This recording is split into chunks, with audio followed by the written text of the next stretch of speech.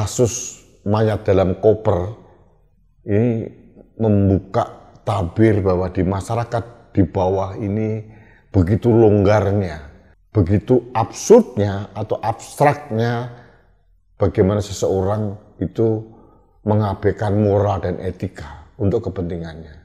Dengan cepat dia mengambil uang, dan ini mungkin hanya sekedar refleksi banyaknya kejadian-kejadian yang belum terendus selama ini.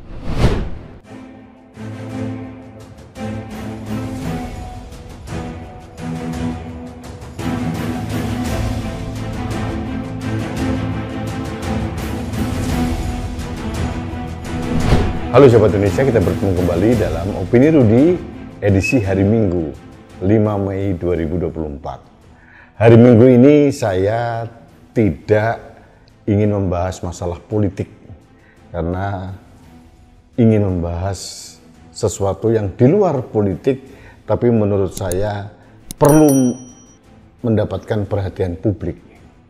Selama seminggu terakhir ini di media mainstream, media online, kita dihiasi berita-berita yang mengerikan, yaitu penemuan mayat dalam koper. Ceritanya koper ini ditemukan di daerah Cikarang, Bekasi. Kemudian kehebatan polisi kita dari Polres Bekasi maupun Polda Metro Jaya menelusuri sehingga terungkap siapa korbannya dan siapa pelaku pembunuhnya. Yang menghebohkan adalah ternyata korban ini perempuan, inisialnya RM, berusia sekitar 50 tahun. Dan pelakunya namanya Ahmad Arif, umurnya baru 29 tahun. Dari penelusuran jejak polisi kemudian dari bantuan CCTV, ternyata kedua orang ini satu kantor, satu perusahaan, meskipun si perempuan, si RM ini kasir di Bandung, kemudian si pelakunya, Ahmad Arif ini adalah auditor di kantor pusat di Tangerang, Banten. Dalam satu perusahaan, usianya berbeda jauh, beda 21 tahun. Tapi ternyata mereka masuk dalam hotel dan menurut pengakuannya sempat melakukan hubungan selayaknya suami istri. Yang mengagetkan, RM ini bukan janda, tapi seorang perempuan yang punya suami.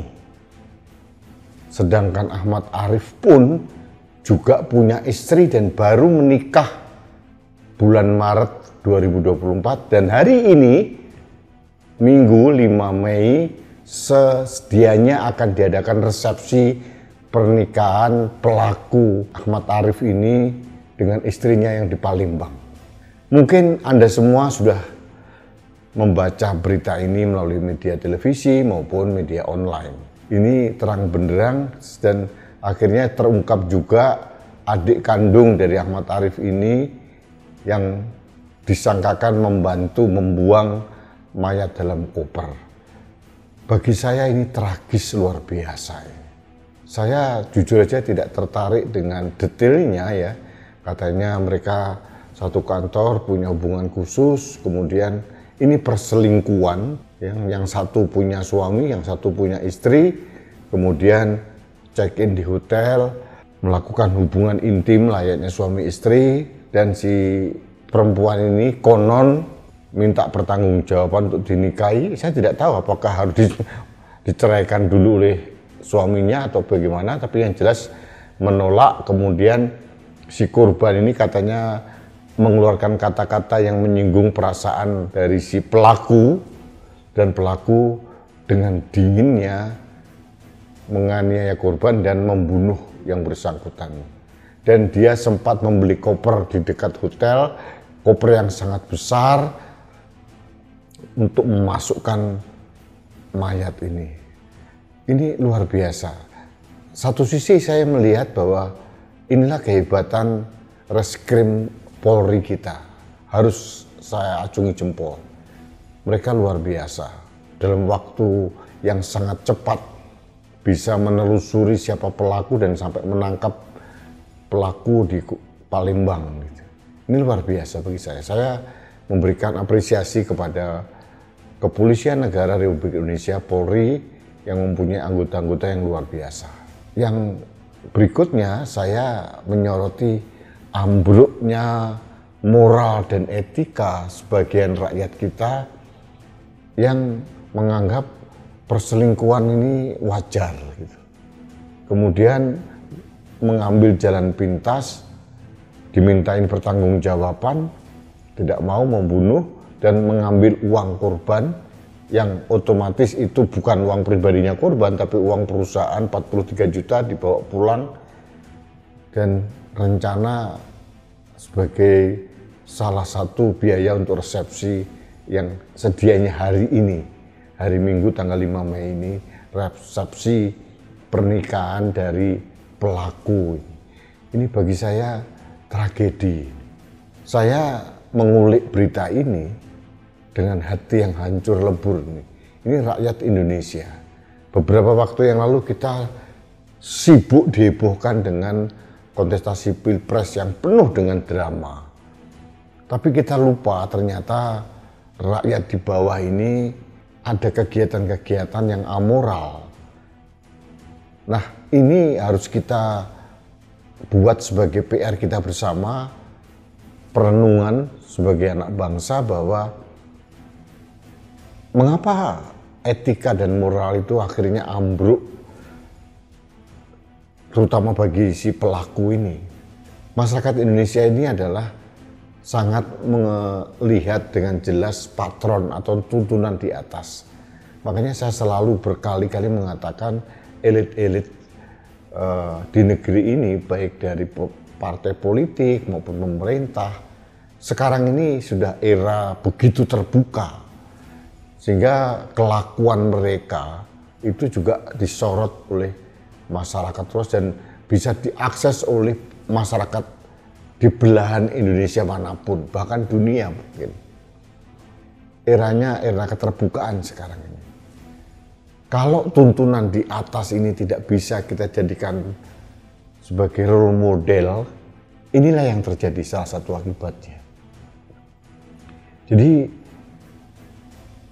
saya tidak ingin mencampuri masalah ini karena saya percaya Polri sudah menangani dengan sangat-sangat baik gitu ya.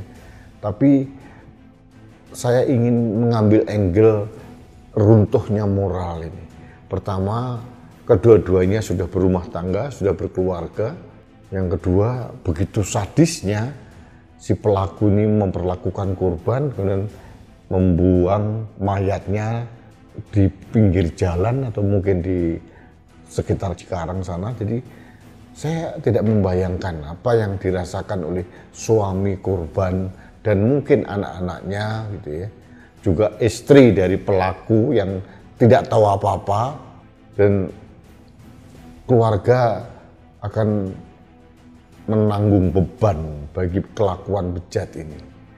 Nah, kembali ke moral dan etik ini harus menjadi PR kita bersama agar di lingkungan terkecil kita, di keluarga kita harus menegakkan kembali bahwa tindakan kita itu harus dilandasi dengan etika dan moral. Mentaati peraturan itu satu hal, itu penting, peraturan-peraturan yang ada. Tapi lebih penting dari itu adalah kita berperilaku dengan berlandaskan moral dan etik agar kita bisa menjaga kehormatan kita dan kehormatan keluarga, terutama anak-anak kita yang menanggung beban akibat perbuatan kita. Jadi kasus mayat dalam koper ini membuka tabir bahwa di masyarakat di bawah ini begitu longgarnya, begitu absurdnya atau abstraknya bagaimana seseorang itu mengabaikan moral dan etika untuk kepentingannya. Dengan cepat dia mengambil uang, dan ini mungkin hanya sekedar refleksi banyaknya kejadian-kejadian yang belum terendus selama ini. Mungkin tidak berhenti hanya sekedar mayat dalam koper, tapi banyak sekali kejadian. Saya membaca juga di daerah Sumatera Selatan ada suami menganiaya istrinya babak belur hanya karena tidak sediakan lauk dan tidak diberikan uang, sehingga istrinya dihajar habis-habisan. Jadi ini ada masalah dengan masyarakat kita.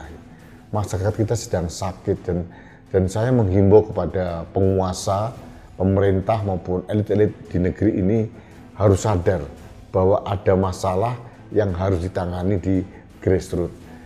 Pemimpin jangan sibuk hanya sekedar mempertahankan kursi kekuasaan dengan menghalalkan segala cara, berperilaku apapun yang amoral dan melanggar etika, itu dibaca, dipotret dengan baik oleh masyarakat. Kasus Maya Dahlan Koper ini hanya salah satu contoh kecil yang terjadi di negeri ini. Mudah-mudahan ini tidak terjadi lagi karena ini merupakan tragedi yang harus kita anggap sebagai tragedi kita bersama, bahwa itu adalah bagian dari masyarakat Indonesia dan begitu kejamnya seseorang memperlakukan orang lain gitu ya, sehingga mudah sekali terjadi perselingkuhan yang akhirnya berujung pada maut yang tidak terhindarkan. Saya tidak hendak menggurui siapapun penonton Opini Rudy, tapi ini adalah PR kita bersama, termasuk PR saya juga untuk bagaimana kita menegakkan moral dan etika kepada lingkungan terkecil kita agar hal-hal yang tidak kita inginkan ini tidak terjadi lagi dimanapun, kapanpun, dan oleh siapapun warga bangsa Indonesia. Ini benar-benar menjadi guncangan moral dan etika kita, dan ini bukan sekedar kesalahan pelaku dan adiknya, tapi juga menjadi PR kita untuk membereskan bahwa di masyarakat kita ada tatanan moral dan etika yang rusak, mungkin saja disebabkan karena role model di atas juga melakukan hal yang sama, sehingga masyarakat di bawahnya juga meniru, permisif terhadap kekerasan, permisif terhadap perselingkuhan, permisif terhadap tindakan-tindakan yang biadab. Ini harus kita gunakan sebagai bahan perenungan bersama. Jujur saya agak tercekat mendengar peristiwa ini. Saya sudah membayangkan bagaimana keluarga korban, bagaimana suami dan mungkin anak-anaknya setelah keluarga besarnya menghadapi tragedi ini. Bukan kematian biasa, tapi kematian yang didahului oleh perselingkuhan dan kemudian terungkap. Ini cara Tuhan untuk membongkar sehingga kita ini harus waspada di sekeliling kita. Kita jaga moral dan etika kita pribadi, kita jaga moral dan etika keluarga kita sehingga kita berjalan di rel yang benar. Itu hanya refleksi yang ingin kami sampaikan pada kesempatan ini. Baiklah sahabat Indonesia, saya mengucapkan belasungkawa pada korban dan saya berharap suami korban dan anak-anaknya mungkin bisa tabah menghadapi cobaan yang maha besar. Di sisi lain saya memberikan apresiasi yang sangat tinggi kepada Polri yang bisa membuka kasus ini dengan begitu cepat, dengan sangat profesional, dan ini membantu kita untuk merasa nyaman. Polri kita bisa kita handalkan untuk menguak tabir kejahatan sesadis yang dilakukan oleh Ahmad Arif ini. Saya kira itu aja yang ingin saya sampaikan. Terima kasih Anda telah mengikuti Opini Rudy. Kita bertemu kembali dalam Opini Rudy selanjutnya. Salam satu Indonesia, salam Pancasila, salam Indonesia menegakkan moral dan etika. Saya Rudy S. Kampung.